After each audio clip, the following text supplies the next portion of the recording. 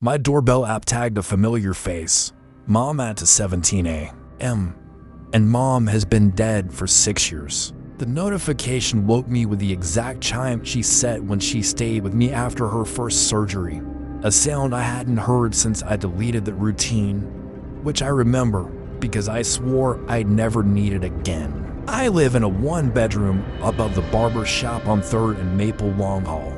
Drafty windows, a smart lock that sometimes lags when the Wi-Fi hiccups. It was a quiet Tuesday sliding into Wednesday, the kind of cold where the building's old radiator knocks like it is asking to come inside, which it always did right before the heat kicked on. Half awake, I found the notification open and saw the grayscale thumbnail the app shows when the porch light doesn't catch a face. Just a smear of cheekbone and a suggestion of hair caught in motion. The tag at the top said familiar, Mom with the green check mark the app uses when it is confident, not the yellow dot that usually means maybe your neighbor. I hit live view and saw no one. The porch swung its usual arc of streetlight and shadow from the maple across the road. Branches moving like fingers over the stair rail, the empty doormat, the mail slot that chirps when a flyer slips through. I scrolled the event timeline back 10 seconds and played it again, frame by frame. At 2 hours 16 minutes and 57 seconds, the motion highlight flared around the top of the steps like heat shimmer. And then at 2 hours 16 minutes and 59 seconds, the camera sharpened as if something stepped closer and then turned away, leaving just enough of a profile to trip the familiar face tag. The last time the app had tagged Mom, it was the day of the memorial when my aunt brought her photo books over and I propped one against the vase so people could sign the guest page, and the doorbell thought the framed picture was a person standing there. I deleted the training photo set the week after, because every alert felt like a joke with the timing wrong, like a laugh track over a voicemail from the hospital. The lock history said, no entries since 10:40 p.m. The indoor motion sensor said, no movement in the last hour. I told myself it was a glitch, that the model sometimes overfits on familiar features, dark hair, the angle of a chin, especially when the porch light is late to warm up. Then the second notification hit, the same chime and the same tag, but this time from the camera in the kitchen that faces the hallway, which only ever triggers for me Abby the upstairs cat when she sneaks in, or a moth that the sensor interprets like a falling star. The kitchen live view came up with my own back and frame, and I only realized it was me because my phone hand was lifted, an idiot mirror of the screen I was holding. And for a second I couldn't line up which of me was now and which was then. In the top left corner, the familiar face tag blinked on and off as if something just out of frame leaned in and leaned back, like someone learning how far a camera can see without stepping fully into the light.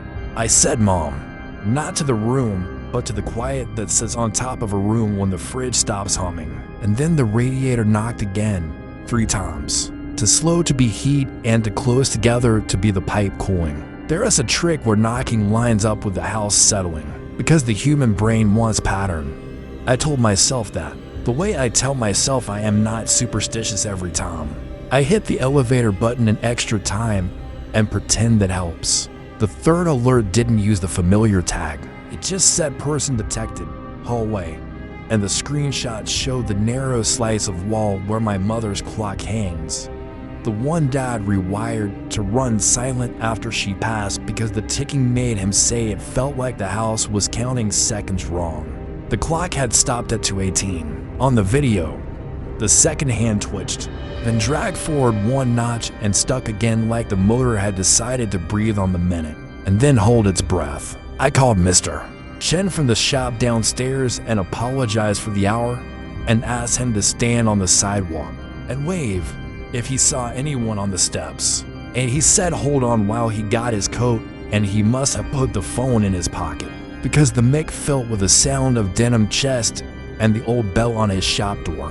He said he was outside and he was waving, and when I looked at the porch camera I saw his hand, the ring of light from his phone, and nothing else. No one in the frame except the shadow of his arm when he raised it. He started to say see, nobody, and then cut himself off. And after a second he said, and a voice I only ever heard on the day his wife went to the hospital. "I think somebody's upstairs because your upstairs light just turned on and off twice," which is our building's way of someone trying to switch off on to see if a bulb is dead. The upstairs rent has been empty since June. The landlord keeps saying new tenant next month, and the key only exists in 2 places: the lockbox and the nail by the meter that I showed the handyman. When the radiator banged itself loose in March, I walked to the hallway and stood with my hand on the smart lock and told myself I wasn't opening it, and then the lock clicked, not from my app and not the fail-safe turning, but the sound it makes when the deadbolt retracts from the inside with the thumb turned outward.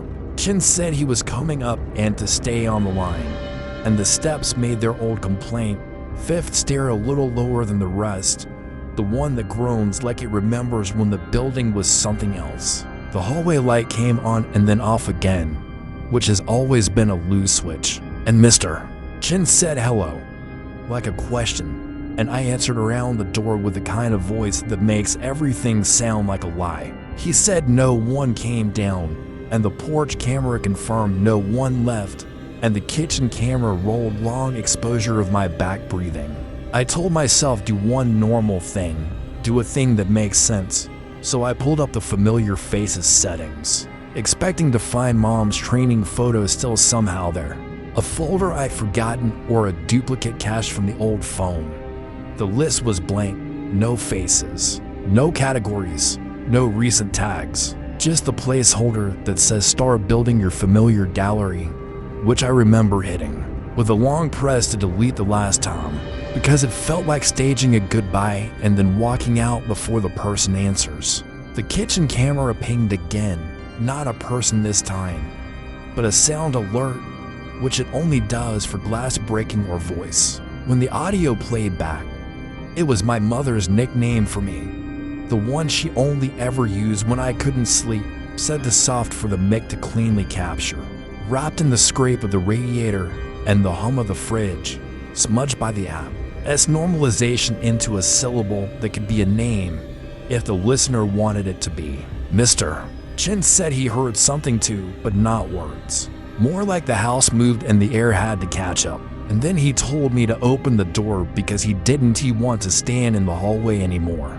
We checked every room twice, upstairs and down. And when he went home, I sat in the hall with the lights on and the clock held in my lap, because it felt wrong on the wall, like leaving a jacket on a chair shaped like someone who isn't there. At 3:04, the doorbell set one last alert with no familiar tag and no person box. Just a single still frame of the porch where the mat has been crooked since I moved in. And in the far left edge, where the camera always blooms into blur from the streetlight, the shape of my mother's winter coat where the seam meets the shoulder, a detail only I would see. I took the clock to the barber shop the next morning, and Mr. Chin said sometimes when a person leaves, the house carries them a while, and sometimes the house carries the wrong part. And that sounded like superstition dressed like common sense, which is how people survive things they can't fix. A week later, the landlord found a new tenant for upstairs, and I moved closer to my sister across town, where the radiators hiss but don't knock, and the porch light comes on 1 second after motion with no delay and no blur. When I set up the new doorbell, I didn't build a familiar gallery. At 17 a.m., the first night, it sent a motion alert with a subject line unknown and a thumbnail to dark to be anything but empty, and I deleted it without looking, which is its own superstition. And I'm old enough now to let the brain have some of what it asks for. If a photo exists of what my doorbell saw, it's on a server I'll never visit, and a log I won't ask support to pull, inside a timestamp that can live without me. This is the only record I'm keeping. At 12:03 a.m., the elevator stopped on a floor my building doesn't have, and a small hand pushed against the doors from the other side like it knew me by name. The directory jumped straight from 3 to 4, but the panel showed 3A in that sickly green, humming like a fluorescent tube about to fail, the kind of light that makes skin look auditorium gray.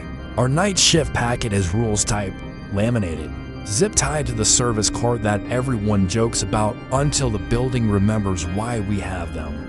Rule 1. If the elevator stops at 3A, press and hold close until the doors refuse. Then release and do not breathe until the numbers move again. I held close and felt the doors think about me, not the motor but the gap itself, as if the seam wanted to widen and taste the hallway air. The hum came from beyond, not mechanical but the uncanny sing-song of empty corridors after midnight, the way a place keeps sounding like a place even when no one is inside it. Rule 2. Do not look at any reflections on 3A, including the panel, your phone, or the chrome around the key switch. The panel's gloss showed my eyes as darker than they should be, the pupils slow to listen, and for a second the floor number in the glass was one digit behind the real display. As if time tripped on the threshold, someone on the other side of the doors cleared a child-sized throat the way kids imitate adults when they were about to ask something they practiced. "Can you hold it?" the voice said, just like the hallway voices at 5 p.m. Just like normal. Except we stop hearing normal at midnight in this building and pretend it's just the HVAC. Rule 3. If you hear a request, answer with silence. It is not for you. I said nothing and tried to breathe like a person who isn't listening too hard. But the doors felt thinner than doors, and the air tasted like the photocopier room from my first job ozone. Hot plastic, stale coffee. "Mom," the voice said next. And that is the worst word in the world when no one knows a mother here. And the building is 40 units of divorcees, students, and one barber who sleeps downstairs on his lunch break. I pressed close again and counted the seconds like the rules say. But the elevator answers to its own math on 3A, and the numbers do not belong to us. Rule 4. If you smell old carpet and wet cardboard, do not step out. 3A borrows the worst parts of places and keeps them. The seam between the doors inhaled a draft, and in came the childhood of every office park damp fibers, abandoned corridors, the mono yellow of nowhere everyone has seen in a photo and refuses to name aloud. The floor indicator clicked, but the cab didn't move.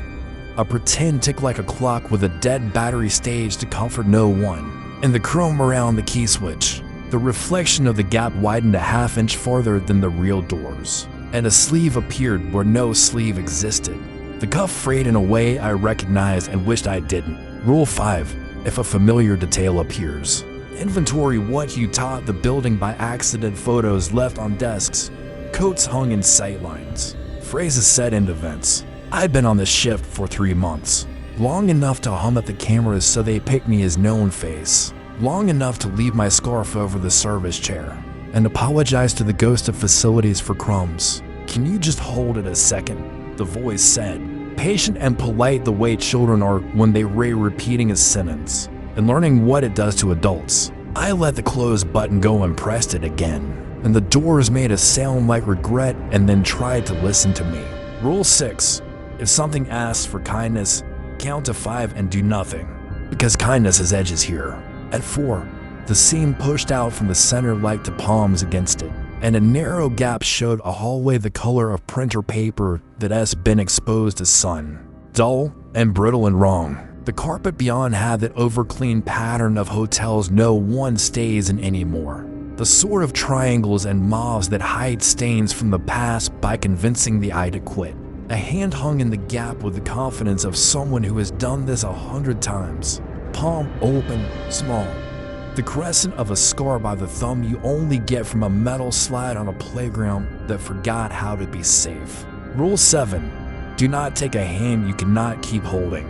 I said, "I can't," and the hand flexed like it was learning the word, like tendons were trying it on. And then it withdrew, not back but down, as if the hallway floor was a different angle where gravity decides case by case. The lights flickered, not in the cab, but out there, where the fluorescent hum pitched into a higher key that makes teeth feel tall and thin. The elevator dinged softly, a service mode chirp, and the panel forgot 3A like it was embarrassed, replacing it with 4 as if we had always been going to 4. Rule 8. When 3A lets go, thank the building under your breath and exit at your intended floor without looking back. I whispered goodnight to the corners, the way maintenance taught me, and stepped out onto 4, where the break room smells like lemon and microwave rice, where the vending machine rattles when the compressor starts. In the reflective glass of the break room window, 3A was still behind me, not a number, but a suggestion like the way a word lingers on the tongue after reading it on a sign. I made coffee I didn't drink and arranged the service cart so the laminated rules faced the hall like a polite warning for no one. Then texted a photo to the night group chat and didn't send it. Around to 17, a motion alert from the lobby cameras flagged familiar figure, and the thumbnail showed a child height shape at the elevator with my scarf around its neck, fringes miscounted by 1. No one should have been in the building, and the lobby was locked, and the scarf was still on my chair upstairs, warm where my hands had been. Rule 9. Objects borrowed by 3A come back altered. Do not recognize them. I turned the scarf inside out and tied it into a loop I would never wear again, and the vending machine chirped like the elevator, the same almost comfort sound buildings make when they'd rather not explain. On my way out at dawn, the elevator panels skipped from 2 to L as usual, but for a blink of nothing time. The green segments drew a shape that could have been 3 or could have been a stray reflection, and the chrome around the key switch showed the doors a half-inch closer than they really were. I let the doors close on their own, counted to 5 for no one's benefit, and walked into the morning like a person who follows rules and pretends rules follow back.